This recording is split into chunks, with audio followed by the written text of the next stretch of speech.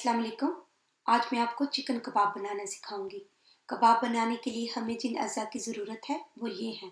1 kilo chicken का कीमा, आधा cup बेसन, 4 अदद दरमियाने साइज़ के प्याज कद्दूकश किए हुए, 6 टमाटर छिलका उतारकर बारीक टुकड़ों में काट लें, 3 खाने के चम्मच हरा धनिया बारीक कटा हुआ, 4 सब्ज़ मिर्चें पिसी हुई, 1 चाय का चम्मच अनारदाना पाउडर, 1 चाय का चम्मच सुर्ख मिर्च पाउडर, 2 चाय के चम्मच सूखा धनिया पाउडर, 2 चाय के चम्मच ज़ीरा पाउडर, 1 चाय का चम्मच पिसी हुई सुर्ख मिर्चें, 1.5 चाय का चम्मच नमक, 1 चाय का चम्मच पिसा हुआ अदरक, 1 चाय का चम्मच पिसा हुआ लहसुन। तमाम अज्जा को एक डोंगे में डाल दें और हाथ से अच्छी तरह मिला लें।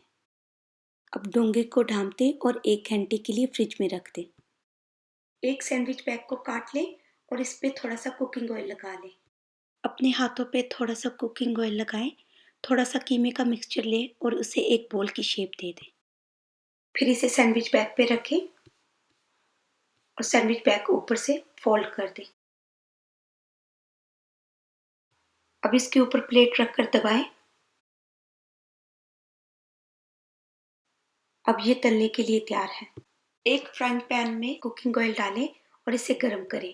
तेल का टेम्परेचर चेक करने के लिए इसमें थोड़ा सा कीमे का मिक्सचर डालें। जब ये फ्राई होना शुरू हो तो फिर इसमें कबाब तल सकते हैं। अब इसमें कबाब डालकर दरमियानी आंच पर गोल्डन ब्राउन होने तक पकाएं। जब कबाब एक साइड से पक जाएं तो इन्हें उलटकर दूसरी साइड से पकाएं। जब कबाब दोनों साइड से गोल्डन ब्राउन हो जाएं तो इन्हें तेल से निकाल लें। अब चिकन कबाब तैयार है।